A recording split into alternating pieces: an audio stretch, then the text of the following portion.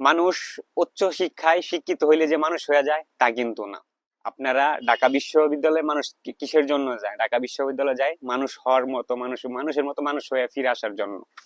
কিন্তু সেখান থেকেও মানুষ অমানুষ হয়ে ফিরে আসে, অমানুষের মতো ব্যবহার করে মানুষের সাথে।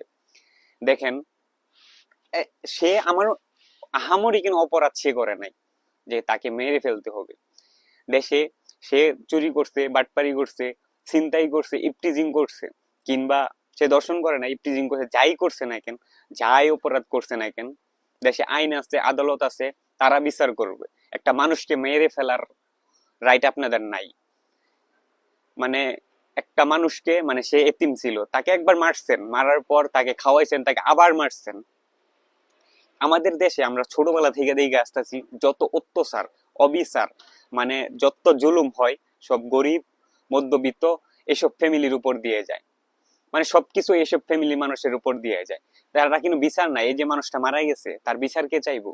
তার তো কেউ নাই, তার কেউই নাই, বাপ নাই, মা নাই, কিংবা ভাই নাই। ভাইও 1 বছর আগে মারা গেছে, গত 8 বছর আগে বাবা মারা গেছে, 5 বছর আগে মা মারা গেছে। মানে এখন তোফাজ্জল যে লোকটাকে মারা হয়েছে, এখন তাকেও মাইরা ফেলা হয়েছে। এখন তাকে বিচার যে যাইবো তার কোনো গার্জেনই নাই।